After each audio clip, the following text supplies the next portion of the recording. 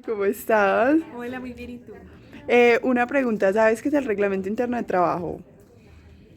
Realmente nunca había escuchado el término, pero supongo yo que es como toda la reglamentación que está dentro de una empresa en términos, pues, hablando de los trabajadores, de los empleados, diría yo. Gracias. Con gusto. ¿Cómo estás? Hola. Una pregunta, ¿sabes qué es el reglamento interno de trabajo? El reglamento interno de trabajo, según lo que entiendo, es un reglamento que regula a los trabajadores, tanto como sus deberes como sus derechos dentro de la empresa. Para aclarar esas dudas, todas esas inquietudes que pueden existir sobre el reglamento interno de trabajo, es muy importante tener en cuenta que el reglamento interno de trabajo es ese documento que me va a consolidar, que me va a reunir las circunstancias y las condiciones que van a regular el desarrollo de las labores que va a prestar el trabajador al empleador, ¿cierto? Es importante tener en cuenta que está obligado a tener un reglamento interno de trabajo todo empleador que tenga más de 5 trabajadores de carácter permanente para una empresa de carácter comercial, más de 10 trabajadores de carácter permanente para una empresa industrial y más de 20 trabajadores permanentes en una empresa de carácter agrícola, ganadero o forestal. Y también es muy importante tener en cuenta que para las empresas mixtas se debe contar con más de 10 trabajadores de carácter permanente para que se esté dentro de la obligación de tener reglamento interno de trabajo. Pero entonces, ¿qué regula el reglamento interno de trabajo? ¿Qué debe contener como mínimo? ¿O qué? O sea, ¿qué me va a dar eso? Entonces, primero, es muy importante tener en cuenta que el reglamento interno de trabajo regula ciertos puntos, los cuales están todos mencionados en el Código Sustantivo del Trabajo, y que dentro de estos, unos muy importantes son: primero, debe regular el lugar o el establecimiento donde se va a desarrollar esas labores, donde se va a laborar, donde se va a trabajar. Segundo, las condiciones de admisión, de aprendizaje, de los periodos de prueba también van a estar reguladas dentro de este reglamento. ¿Cuáles son esos trabajadores accidentales o transitorios? ¿Cuáles son esas jornadas de trabajo? Eso es un punto muy importante. Entonces, ¿a qué hora se entra? ¿A qué hora se sale? ¿Cuándo se descansa? Eso es importante y va a estar dentro de este reglamento interno de trabajo. También se regula lo que es horas extras y trabajo nocturno. Entonces, ¿cómo se va a dar la autorización de esto? ¿Cómo se va a reconocer? Y claramente, ¿cómo se va a remunerar? Los días de descanso, las vacaciones remuneradas, esos permisos, sobre todo los que tienen que ver con fuerza mayor, también se van a ver normativas dentro de este reglamento interno de trabajo. También se van a ver cosas sobre el orden jerárquico dentro de la compañía. Entonces, esos jefes, esos coordinadores, esos directores, cómo va a ser ese orden jerárquico, cuáles son esas obligaciones y prohibiciones, no solamente para el trabajador, sino también para ese empleador, cuáles van a ser esas cosas que están prohibidas. Se va a dar una escala de faltas y cómo va a ser esa forma de aplicación de las sanciones y por ende esa escala de sanciones que se va a dar. Y claramente las personas o esas personas ante las cuales se deben presentar los reclamos del personal y cómo va a ser esa tramitación de los reclamos.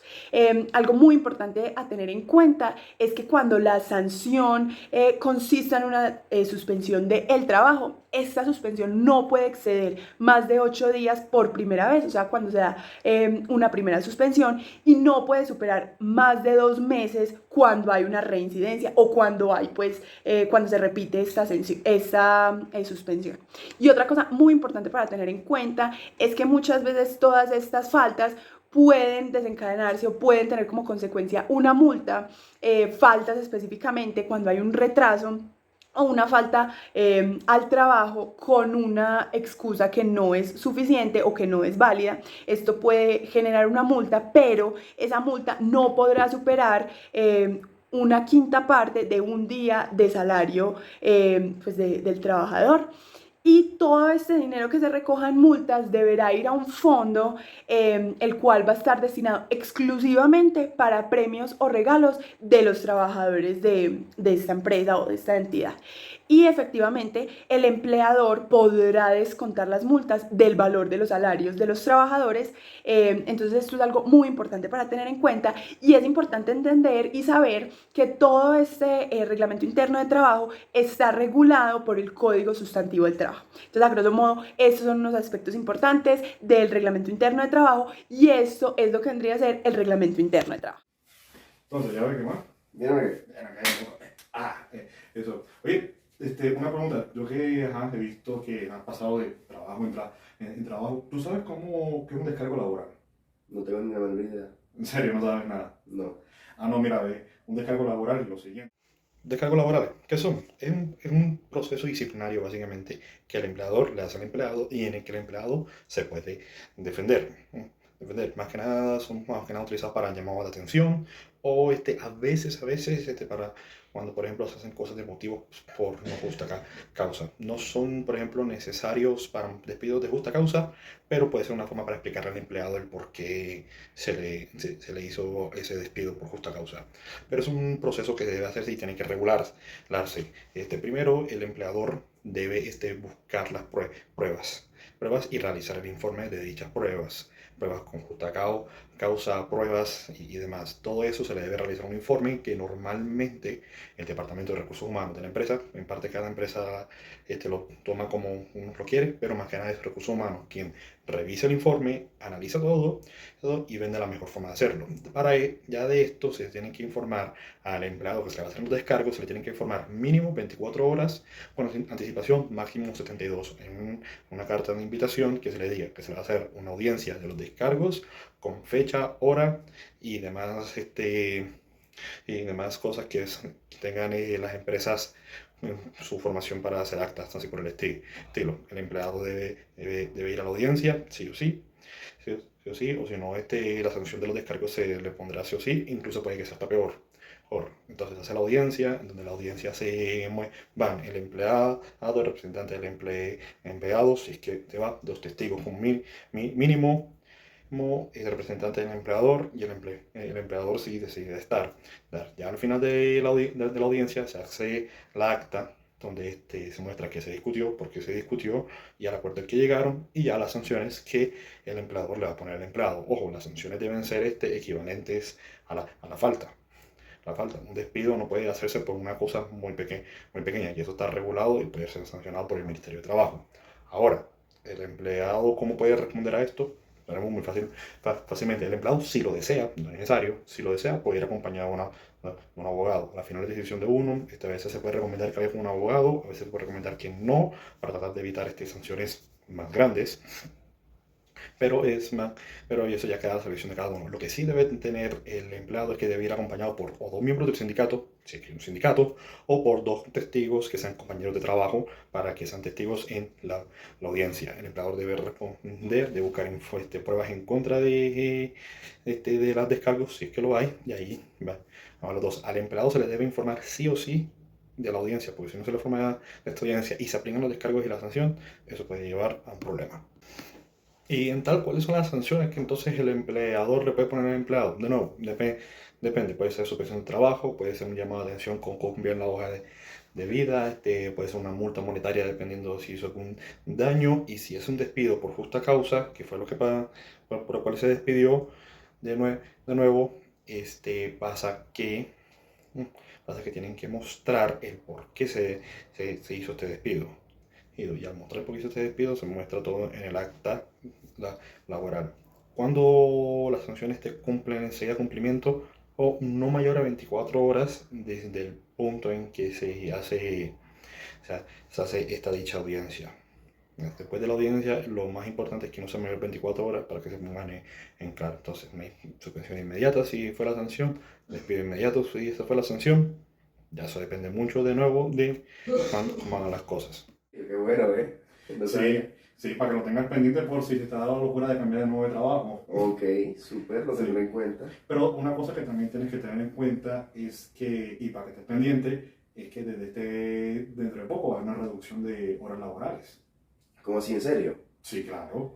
¿No sabías? Tampoco. No, trabajo mucho y quiero descansar. ¿Cómo es eso? No, mira, la reducción laboral va a pasar.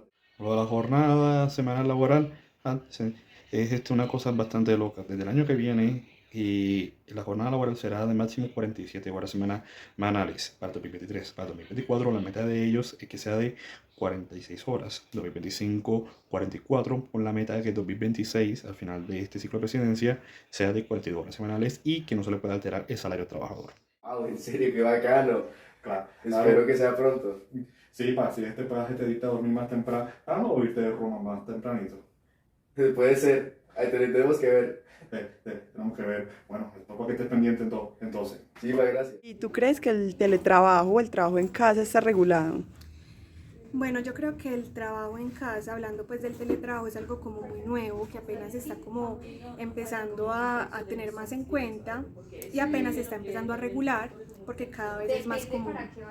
Dale, gracias. A ti. El trabajo en casa está regulado por la ley 2088 del 2021 y hay normatividad que regula todo lo que es el trabajo en casa, pero entonces es muy importante para poder entenderla comprender qué es el trabajo en casa. Entonces el trabajo en casa es esa habilitación que se le da al trabajador de manera transitoria para el cumplimiento de sus funciones o actividades laborales por fuera del sitio donde habitualmente desarrolla estas funciones. Es muy importante que esto no va a modificar la naturaleza del contrato ni tampoco va a modificar esa relación laboral que se tiene en el momento.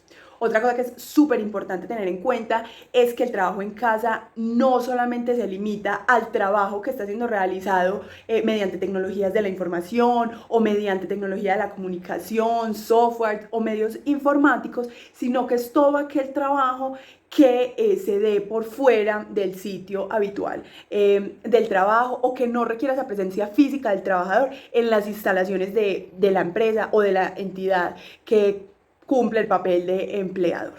Entonces, es muy importante tener en cuenta que hay dos criterios fundamentales y claves que son aplicables al trabajo en casa. El primer criterio es la coordinación. Entonces, en este trabajo en casa, las funciones, los servicios que se están prestando y todas estas actividades laborales deberán desarrollarse de una manera armónica y complementaria entre el trabajador y el empleador. Esto manteniendo una comunicación constante y asertiva entre ambas partes, ¿cierto? Hay otra cosa fundamental que se debe respetar, que es una garantía y un derecho del trabajador, que es la desconexión laboral, ¿cierto? Todo trabajador tiene derecho a esto, todo trabajador tiene derecho a disfrutar ese tiempo de descanso con el fin de tener, pues, y de conciliar esa vida personal, familiar y de goce que se da durante esta desconexión laboral, y por eso es que el empleador debe abstenerse de formular órdenes o requerimientos al trabajador durante el tiempo de descanso o el tiempo de desconexión laboral. Esto es muy importante respetarlo y es algo que se dio debido a una necesidad latente que se tuvo durante los años 2020 y 2021. Otra cosa que es muy importante tener en cuenta es que la habilitación del trabajo en casa se da o se origina porque hay unas situaciones, unas circunstancias excepcionales, ocasionales u especiales, y esa habilitación se podrá extender por 3 meses prorrogables hasta por una vez, ¿cierto? Sin embargo, si estas circunstancias, las cuales originaron la situación del trabajo en casa, persisten, pues se podrá habilitar de nuevo el trabajo en casa hasta que desaparezcan dichas condiciones. Es muy importante aquí considerar un punto, y es que en todo caso el empleador puede terminar la condición de trabajo en casa siempre y cuando las condiciones que originaron esta situación pues ya hayan desaparecido.